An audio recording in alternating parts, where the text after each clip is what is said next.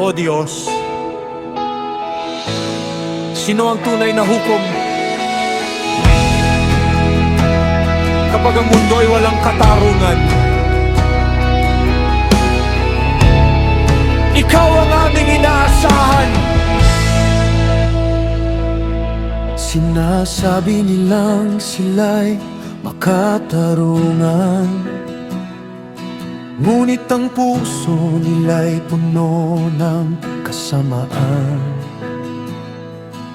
Sa kanilang mga kamay ay may karahasan, at ang mahina'y kanilang inapi. Ang kasinungalingan ay nasa kanilang labi, at ayaw nilang pakinggan ang katotohanan. Parang ahas na ayaw makinig sa anumang tawag ng kabutihan.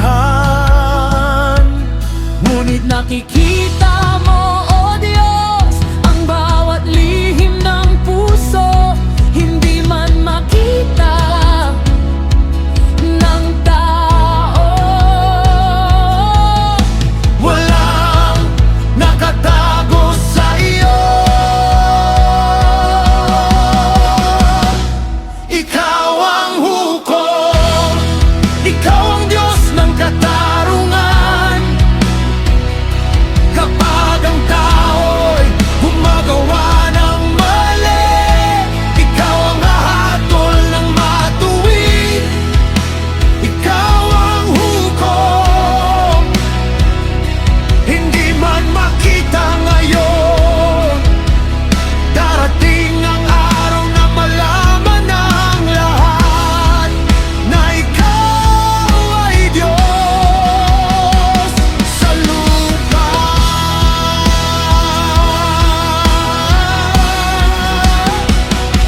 Huwag mong hayayang maghari ang kasamaan.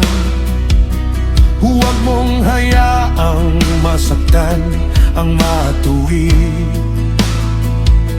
Pigilan mo ang kamay ng gumagawa ng karahasan,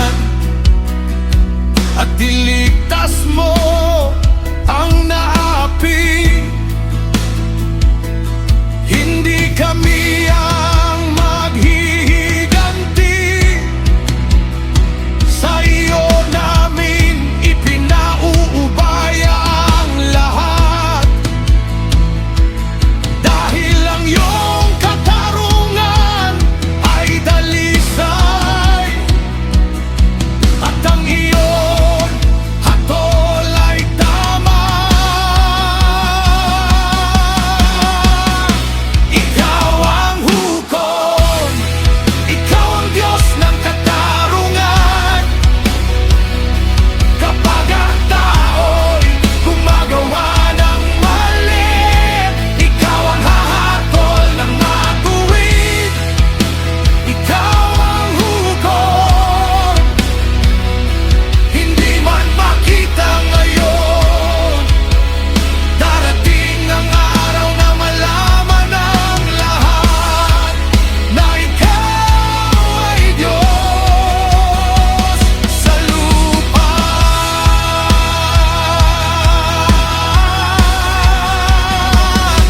Kapag tila nananalo ang kasamaan, huwag kaming mawalan ng pag-asa.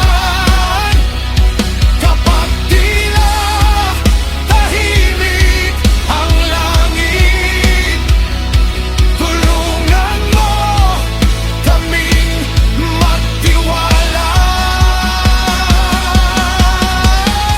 Hindi habang buhay ang kasinungalingan, hindi habang buhay ang karahasan. Ang iyong katarungan ay darangin. Ikaw ang